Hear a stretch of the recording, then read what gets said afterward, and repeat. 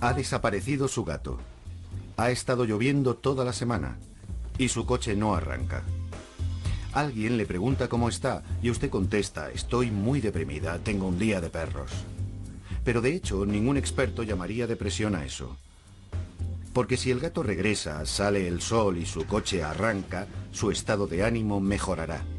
Mientras que si tiene depresión clínica, se necesita algo más de un día con sol para corregir las cosas que se han torcido en su mente.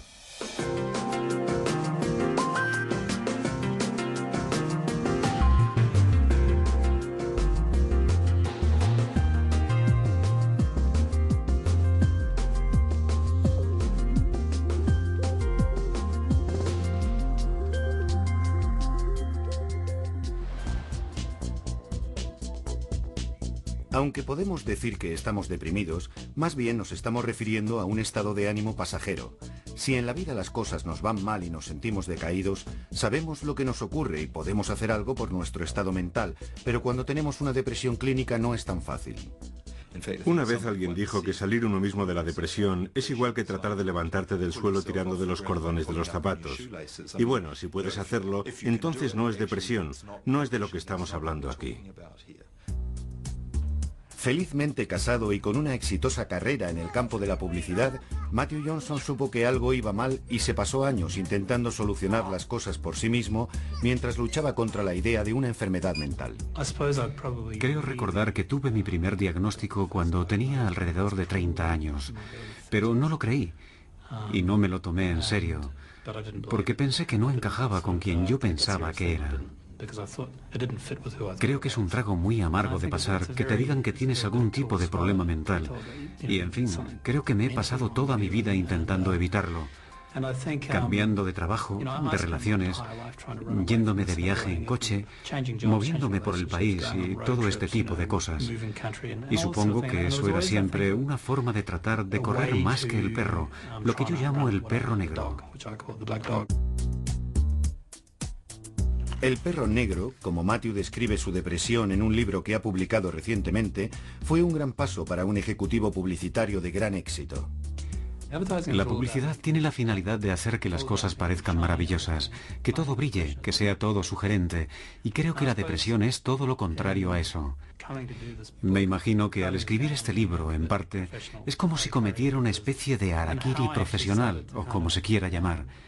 Y para saber realmente cómo podría reaccionar la gente con ello, empecé a mostrarles el borrador del libro y nunca tuve una reacción adversa. Es más, me di cuenta de que todo el mundo tenía su propia historia.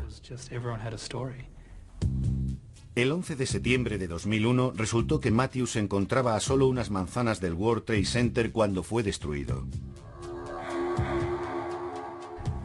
Había estado pensando en este libro mucho tiempo y creo que eso me dio el empuje necesario para hacerlo, porque una semana después estaba en la sala de juntas con la gente del departamento gráfico de la agencia en la que trabajaba y el jefe nos dijo: ahora tenemos que trabajar con más ahínco, tenéis que crear unos anuncios mejores, nuestros clientes nos necesitan más que nunca. Y yo me dije: y una mierda. Eso ocurrió a solo 12 bloques de donde estaba nuestra agencia. Estuvo ardiendo durante 3 meses. Podíamos verlo desde las ventanas y ese fue el momento clave para mí. A Matthew ya no le preocupa cómo pueda reaccionar la gente con su libro. Creo que cómo me afectaba a mí y a mi ego era absolutamente irrelevante, porque pienso que hay mucha gente que necesita ayuda. Y que una de las cosas coherentes que he descubierto escribiendo este libro es que la gente, en el fondo, quiere ser comprendida, quiere que se la entienda, quiere que le confirmen que no está volviéndose loca. Y también quiere tener esperanza. Como bien sabe Matthew, cuando uno está deprimido tal vez no se sienta con muchas esperanzas. Puede que no sienta demasiado. La depresión clínica tiende a invadirlo todo. No es solo una cuestión mental, sino también física. Es muy difícil encontrar la energía necesaria para hacer algo. En realidad tienes que reunir cualquier minúscula gota de energía que puedas encontrar para pasar el día. Además no duermes, tienes insomnio, por lo que siempre tienes déficit de sueño. Es como si todo fuera una gran bola de nieve que al final termina desplomándose a tu alrededor. Y llegas a un punto donde sientes que ya no puedes hacerle frente y que no eres capaz de seguir funcionando. Tu memoria empieza a fallar. Con síntomas así, uno piensa que debería darse cuenta de que algo va mal, pero incluso así no llegaría a pensar que se debe a una enfermedad mental. Al menos 3/4 partes de las personas que veo con depresión, la palabra depresión no es la adecuada para ellas. No la asocian con la percepción de lo que les está ocurriendo. Puede que digan, oiga, es mi estado de ánimo, pero no estoy deprimido. Y sin embargo pueden estar abrumadas por la fatiga, su memoria y concentración estar por los suelos, y tal vez tengan una tremenda dificultad para poder salir adelante con las cuestiones del día a día. Y tú tienes que averiguar el origen de todo esto y decir, bien, no usaremos la palabra depresión, pero vamos a juntar todo eso y verlo como un tipo de enfermedad o estado de salud. Lo llamen como lo llamen, cuando se tiene depresión clínica, la bioquímica del cerebro cambia y los mensajes no llegan de la forma que deberían. Tenemos más de 100.000 millones de neuronas, intercomunicadas por una gran cantidad de uniones. Las conexiones son conocidas como sinapsis. Los mensajes o señales viajan a través de nuestro cerebro a lo largo de las uniones como una serie de impulsos eléctricos, y los neurotransmisores, como la serotonina, son los mensajeros químicos que transportan las señales a través de los espacios sinápticos. Flotan en ellos hasta que se pegan a la siguiente neurona para enviar la señal antes de dar marcha atrás. Si nos fijamos en el cerebro, ¿qué hacen esos neurotransmisores? Pues están aquí, en el centro del sueño, y aquí en una parte del cerebro donde normalmente controlan el nivel de ansiedad, y en esta otra parte que está relacionada con el estado de ánimo, el apetito y el impulso sexual. Así que aquí tenemos toda una sucesión de sintomatología de la depresión. Los neurotransmisores responsables son parte del paquete que heredamos de nuestros padres biológicos, junto con todas las demás cosas, como el color de los ojos o los huesos. Es un vínculo familiar del que Jamie Rose es muy consciente. Mi madre ha sufrido depresión crónica la mayor parte de su vida. Los primeros recuerdos que tengo de ella es de estar enferma. Yo tendría posiblemente 8 o 9 años. Volvía a casa después del colegio por la tarde y ahí estaba mi madre en la cama y con la bata puesta, con una mirada vaga y vacía y con los ojos sin vida. Después de esa experiencia de primera mano, a Jamie todavía le costó unos años darse cuenta de que ella también tenía problemas. Mi primera depresión aguda empezó a los 18 o 19 años, pero creo que lo más seguro es que empezara siendo mucho más joven, quizá a los 15 o 16, y no era consciente. Una de las cosas más difíciles de entender sobre la depresión clínica es cómo puede estar uno profundamente deprimido y no darse cuenta de ello, pero para mucha gente es justo lo que ocurre. Estamos hablando de un proceso que con frecuencia en la enfermedad de la depresión llega de forma tan traicionera que la persona que la sufre generalmente no se percata de ello. En fin, estamos hablando de algo que va desarrollándose durante meses. Y naturalmente la gente lo que hace es utilizar más a fondo su habilidad para enfrentarse a ello e intentar superarlo. Digamos que juntándolo todo para seguir adelante. Y de hecho, cuanto más desarrollada tenga esa habilidad, al final se va a meter en más problemas antes de que nadie reconozca lo que está ocurriendo, y menos ellos. A los 18 años, después de un año en el extranjero, Jamie consiguió su trabajo soñado en IT. Conseguí un empleo de un perfil alto para mi edad, trabajando para una gran empresa en Auckland que suponía unas oportunidades fantásticas. Pero luego me encontré con que me hundía en un profundo pozo y me desesperé al no poder salir de él. Iba al trabajo y no rendía. Me quedaba sentada contemplando el ordenador diciéndome, ¿qué hago aquí? Me ausentaba mucho de mi puesto. Siempre trataba de encontrar otras cosas que hacer, pero es que no podía hacer nada ni concentrarme. Pasaba un montón de tiempo en el lavabo de señoras preguntándome, Dios mío, ¿qué me pasa?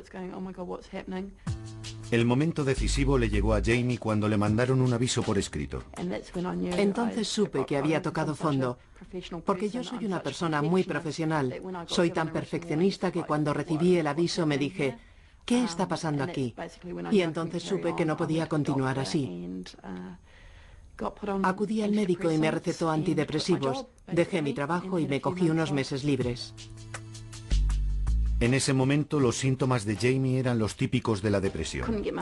No podía levantarme de la cama. Estaba durmiendo a todas horas y cuando me levantaba estaba atontada. Tenía que regresar a la cama porque no podía hacer nada. Estaba de mal humor, irritable y sufría cansancio crónico. No podía quitármelo de encima.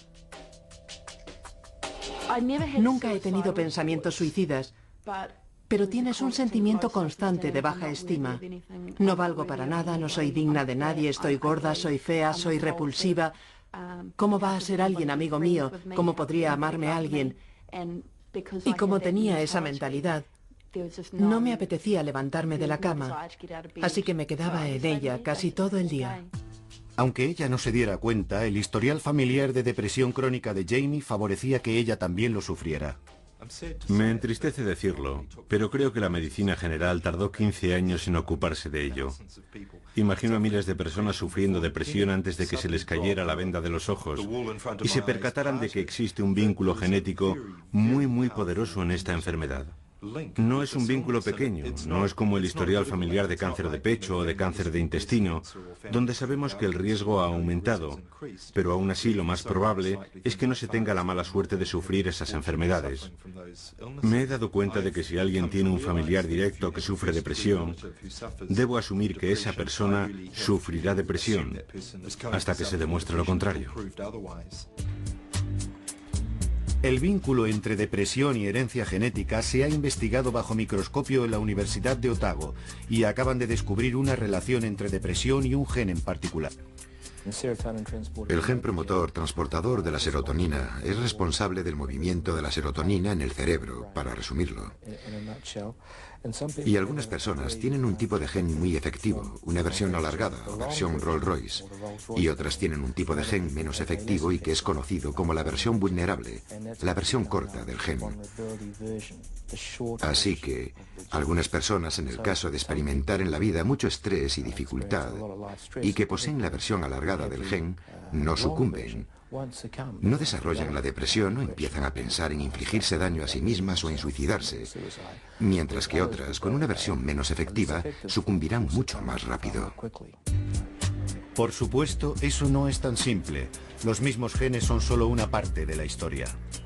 Se ven informes sobre el gen de la depresión o el gen de la violencia, y de hecho eso es una tontería.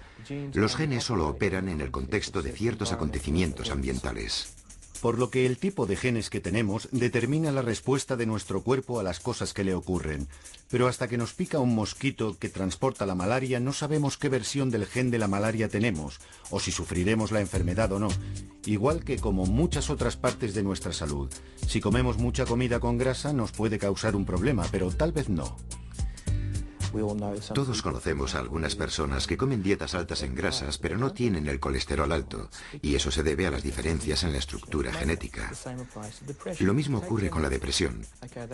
Cojamos a 10 personas, todas tienen mucho estrés, con 3 o más episodios desagradables y estresantes. Tal vez hayan perdido su trabajo, quizá tengan algún problema de incapacidad física, alguna relación con malos tratos.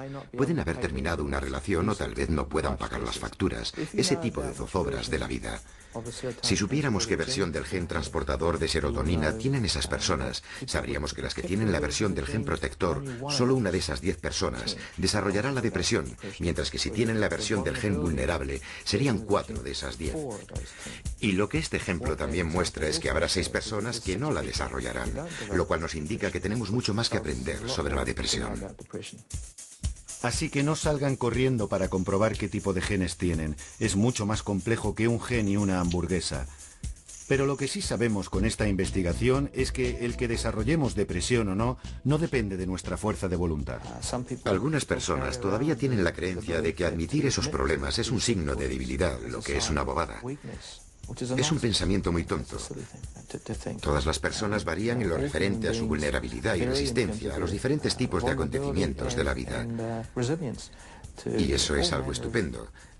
Esa diversidad. Porque si uno se enfrenta a la depresión, la buena noticia es que existen tratamientos efectivos. Por favor, hay que aprovecharse de los tratamientos. ¿Por qué aguantar el sufrimiento? No hace falta.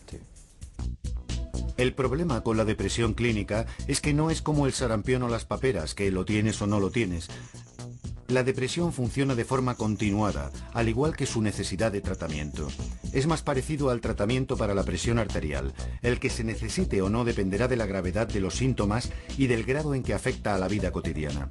Y si se necesita tratamiento, la medicación puede jugar un papel importante en la recuperación, pero parece que hay una creencia persistente de que la gente toma pastillas con demasiada facilidad. Tal vez haya algunas personas que acuden a un psiquiatra, pero a mí me impresiona más la gran cantidad que sigue adelante durante meses o años, aparentando que no les pasa nada, hasta que llegan a un punto en el que dicen, algo marcha mal, necesito tratamiento. No puedo creer que hayan estado resistiendo durante tanto tiempo.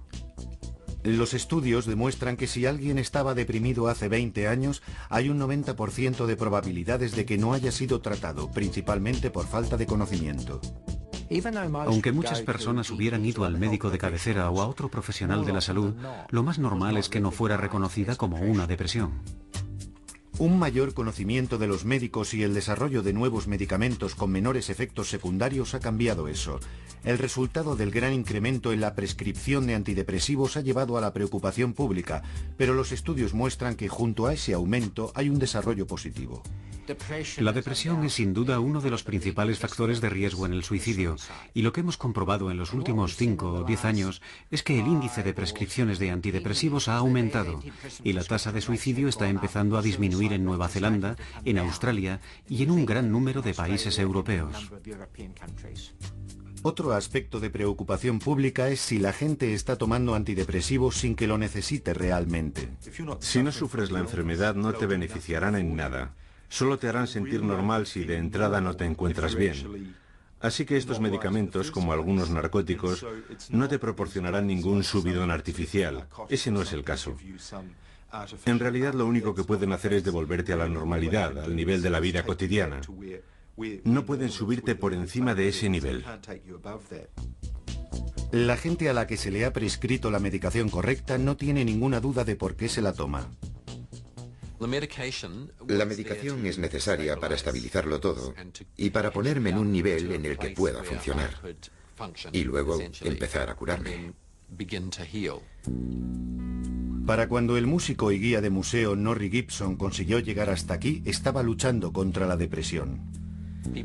La gente no tenía forzosamente que saber a lo que yo me enfrentaba, pero a veces estuvo a punto de destruirme. Fue sumamente agotador y necesité una enorme cantidad de energía que no tenía.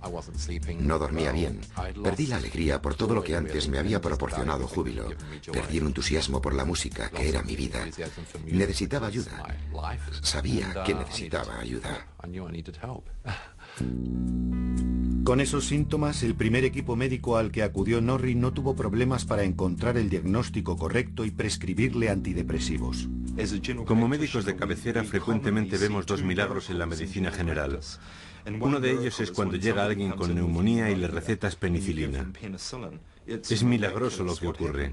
Bueno, 2 días después la transformación es absolutamente llamativa. Un milagro a escala parecida es la transformación de alguien que ha sido diagnosticado correctamente de depresión y recibe el tratamiento adecuado. Hay una transformación milagrosa en esas personas. La medicación me permitió vivir mi vida y hacer cosas que necesitaba.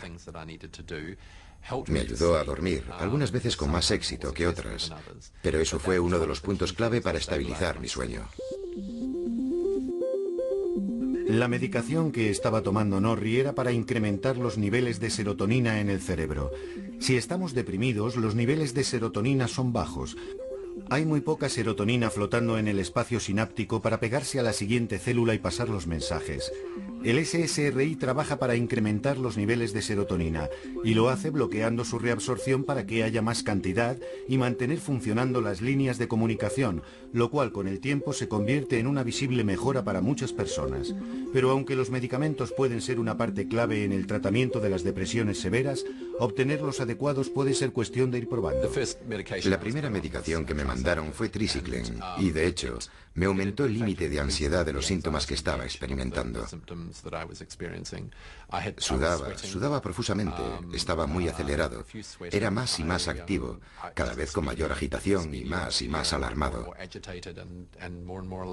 Había momentos en que me sentía mareado y como si realmente fuera a desvanecerme. Me hizo polvo físicamente y también a otros niveles, algo terrible. Y naturalmente, me dijeron que continuara con ello hasta que me hiciera efecto. Pero en realidad era insoportable. Al final, Norrie fue enviado a un psiquiatra que le cambió su medicación por SSRI. Muy efectivo, desde casi al principio. Una de las primeras cosas que me dijo cuando me lo estaba recetando fue: si tienes problemas con esto, deja de tomarlo. Vaya, que me dio el margen de tomármelo con seguridad. No sigas con esta medicación si te ocasiona más problemas que mejoría. Así que eso fue tremendamente tranquilizador después de la anterior experiencia. La desagradable experiencia de Norrie no es nada insólito.